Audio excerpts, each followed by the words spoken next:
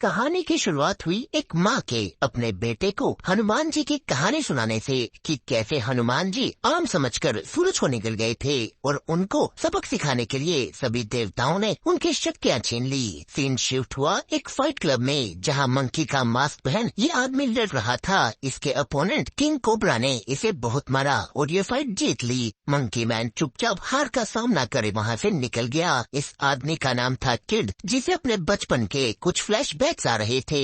Kid यहाँ से अपने पैसे लेकर एक बार में गया। उसने एक छोटे बच्चे से एक औरत क्वीनी कपूर की इन्फॉर्मेशन मंगवा रखी थी कि वो कहाँ जाती है, कहाँ रुकती है। अगले दिन क्वीनी के पास एक मूर्ति बेचने वाला पहुँचा। वो चुपके से क्वीनी का पर्स चुरा लेता है। ये पर्स अलग अलग लोगों के हाथों से होता हुआ पहुँचा सीधा किड के पास। इसमें क्वीनी का कार्ड था। किड पर्स ले क्वीनी के पास गया। उसने क्वीनी से इसके बदले एक नौकरी मांगी। क्वीनी पहले तो साफ मना कर देती है, पर किड ने अपने जले हुए हाथ दिखाकर कहा कि मैं कोई भी काम कर लूंगा, मुझे काम की बहुत जरूरत है। क्वीनी ने किड को अपने इस क्लब द किंग्स में काम दे दिया। यही किड को क्वीनी के ऑफिस में एक फोटो दिखी जिसमें खड़ा ये आदमी राणा उसके उन फ्लैशबैक्स में आता था। घर जाकर किड सो नहीं पाता। उसे हर वक्त बस अपनी माँ की यादें आती हैं। अगले दिन वो किंग्स में बर्तन धोने का काम करने लग गया। यही उसे एक आदमी अल्फोंसो मिला जिसे किड अपना नाम बॉबी बताता है। किड इसके बाद एक गन खरीदने गया।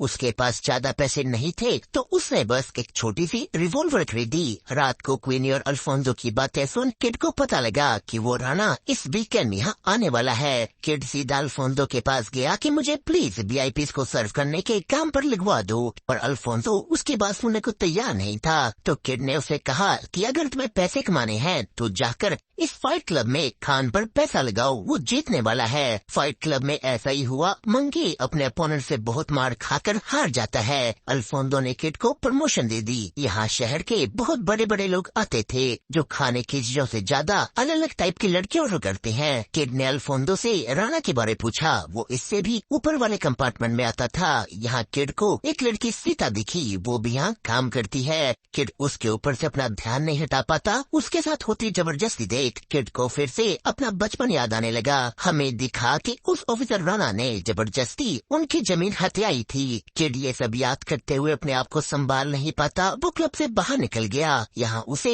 एक डॉगी मिलता है। किड ने उसे खाना खिलाया। वो लड़की सीता भी यहाँ आके कहती है कि तुम अगर ये सब देख नहीं सकते तो ये काम तुम्हारे बस का नहीं। किड इसके बाद गन चलाने की प्रैक्टिस करने लगा। उसकी जिंदगी आने वाले कुछ दिनों के लिए यही रही, बार में काम करना, फाइट क्लब में जाकर पिटना और उस डॉग को खाना खिलाना। पर फिर एक दिन वो उस डॉग को बुलाकर उसकी गर्दन से गन निकालता है। उसने अल्फोंसो से जाकर सर्व करने के लिए सामान उठाया। वो आज राणा वाले कंपार्टमेंट में सर्व करेगा। यहाँ सीता के पास ही राणा भी बैठा था। किड उसे देखते ही डरकर वॉशरूम में चला जाता है। उसे फिर से वो फ्लैशबैक्स आने लगे। किड ने हिम्मत जुटाई, वो बाहर गया। उसने राणा को सामान सर्व किया, पर इस सामान में कुछ मिला हुआ था। इसे लेते ही राणा की नाक से खून बहने लगता है। राणा अपनी नाक साफ करने वॉशरूम में गया। उसके पीछे किड भी आ गया। उसने राणा पर बंदूक तान दी, पर उसके हाथ कांप रहे थे।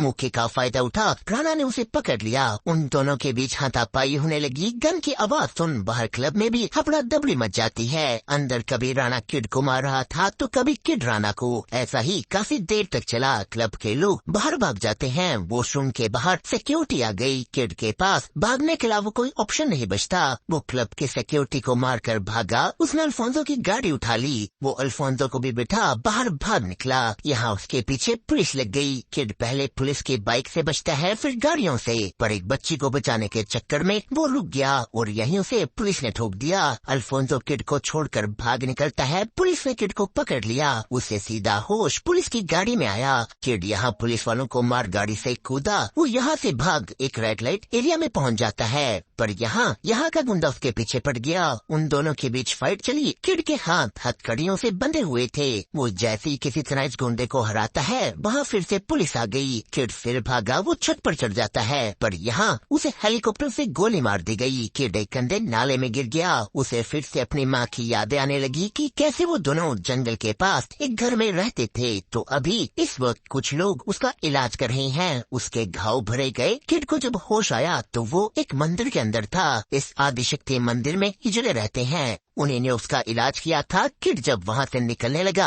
हिजड़ों के लीडर अल्फा ने कहा कि बाहर चारों तरफ तुम्हें पुलिस ढूंढ रही है, तुम अभी के लिए यहीं सेफ रहोगे। तो दूसरी तरफ उस क्लब का मालिक और राणा का बॉस ये बाबा शक्ति राणा को कहता है कि जल्दी से उस लड़के का नामो निशान खत्म कर दो, क्योंकि आधी बार छोटी सी चिंगारी भी पूरे जंगल को जला देती है। न्यूज में दोनों अल्फोंसो और किड की फोटोज डाल दी गई। अल्फोंसो डर के मारे छुपता फिर रहा था। इधर किड सभी हिजड़ों के बीच बैठा। वो सभी नाच गाने के साथ खाना खा रहे थे, पर इसके बाद अल्फा ने देखा कि किड सो नहीं पा रहा। किड कहता है कि मैं कभी नहीं सोता, उसे अपनी माँ की आवाजें सोने नहीं देती। अल्फा किड को एक पेड़ के पास लेकर गया। कहते थे कि ये पेड़ खुद शिव जी ने लगाया है। इस पेड़ की जड़ में एक ऐसा जहर था जो इंसान के सारे दर्दों को अंदर से खोल कर रख देगा। इसे बस मजबूत इंसान ही झेल सकता है। जैसे ही किड ने इसे लिया, वो दर्द से तड़पने लगा। उसे अपना बचपन याद आने लगा। वो सीधा उस पल में पहुंच जाता है जहां से ये सब शुरू हुआ था। किड अपनी माँ के साथ एक रामायण की कथा देख रहा है, पर तभी वहाँ ऑफिसर राणा आ गया।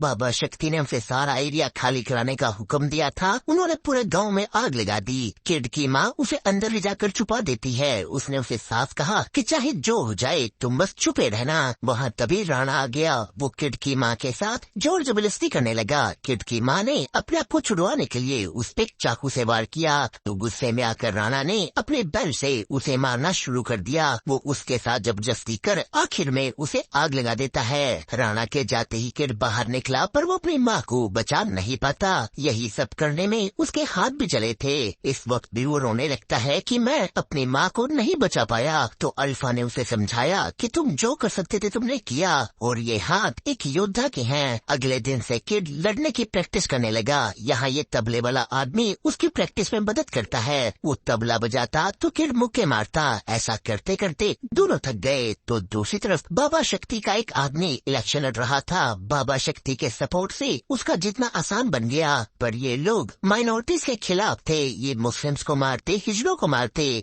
तो तभी इस टेम्पल के एक हिजड़े को भी ऐसे ही मारा गया। किड ये सब देख रहा था। उसने रात को सबके सोने के बाद यहाँ के मंदिर का लॉकर तोड़ पैसे निकाल लिए। उसने ले जाए ये पैसे उस फाइट क्लब में मंकी के जीतने पर लगा दिए। अल्फोंसो को भी उसके वापस आने की खबर मिल गई। फाइट क्लब में फाइट शुरू हुई। यहाँ का अभी तक का ना हरा फाइटर किंग कोबरा लड़ रहा था मंकी के खिलाफ। मंकी ने एक ही किक में कोबरा को हरा डाला। फाइट क्लब का ओनर ये देख गुस्सा हो जाता है। उसने 6 फुट से भी लंबे फाइटर को बुला लिया। अब इसका सामना करना इतना भी आसान नहीं था। फाइट क्लब वाला उसे एक बैग तक दे देता है, पर मंकी ने फिर भी किसी तरह उसे हरा दिया। लोगों ने चिल्लाना शुरू कर दिया कि इसे मार डालो, पर मंकी मैन ऐसा नहीं करता, जिससे वहाँ आए लोग उसे और ज्यादा चीयर करने लगे। वो जीते हुए पैसों को सीधा उस टेम्पल में पहुँचा देता है। यहाँ साथ में एक मैसेज भी था। तो दूसरी तरफ बाबा शक्ति अपने क्लब में पहुँच गया। आज वो लोग यहाँ अपने इलेक्शन में हुई जीत को सेलिब्रेट करने आए हैं, पर साथ में ही मंकी का मास्क पहन किड भी पहुँच चुका था। उसने गार्ड्स को मार अंदर एंट्री ली। उसके साथ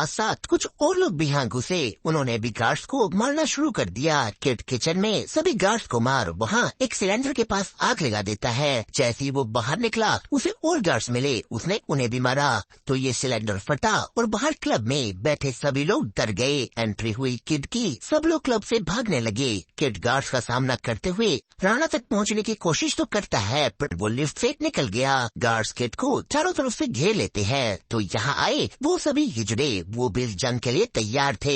किड इन गार्ड्स को उनके हवाले कर ऊपर राणा की ओर निकलने लगता है, पर तभी वहाँ गन के साथ क्वीनी आ गई। वो किड के ऊपर गन तान खड़ी थी। तो किड को बचाने वो लड़की सीता जाती है। किड ने क्वीनी की एक उंगली उठाई ताकि वो सबसे ऊपर वाले कंपार्टमेंट में एंट्री ले पाए, पर उससे पहले उसका सामना हुआ राणा से। अब ये फाइट पहली बार की तरह नहीं जाती। किड पहले से ज्यादा ताकतवर था, तेज था। वो राणा को आराम से खत्म कर देता है। उसने उसे वैसे ही मारा जैसे राणा ने उसकी माँ को मारा था। क्वीनी की उंगली से किड और ऊपर गया। यहाँ बाबा शक्ति बैठा हुआ है। वो अपनी बातों के जरिए कि लड़ाई वड़ाई में कुछ नहीं रखा, किड के करीब आया। उसने किड का ध्यान भटका उस पर हमला कर दिया। किड लगभग मर ही गया था, पर वो किसी तरह उसके दूसरे हमले को रोक उसके ही हथियार से उसे मार देता है। दोस्तों, इसी के साथ ये कहानी हुई यहीं पर खत्म। आपको एक्सप्लेनेशन कैसी लगी हमें कमेंट करके जरूर बताना। साथ ही साथ वीडियो को लाइक और चैनल को सब्सक्राइब करना मत भूलिएगा।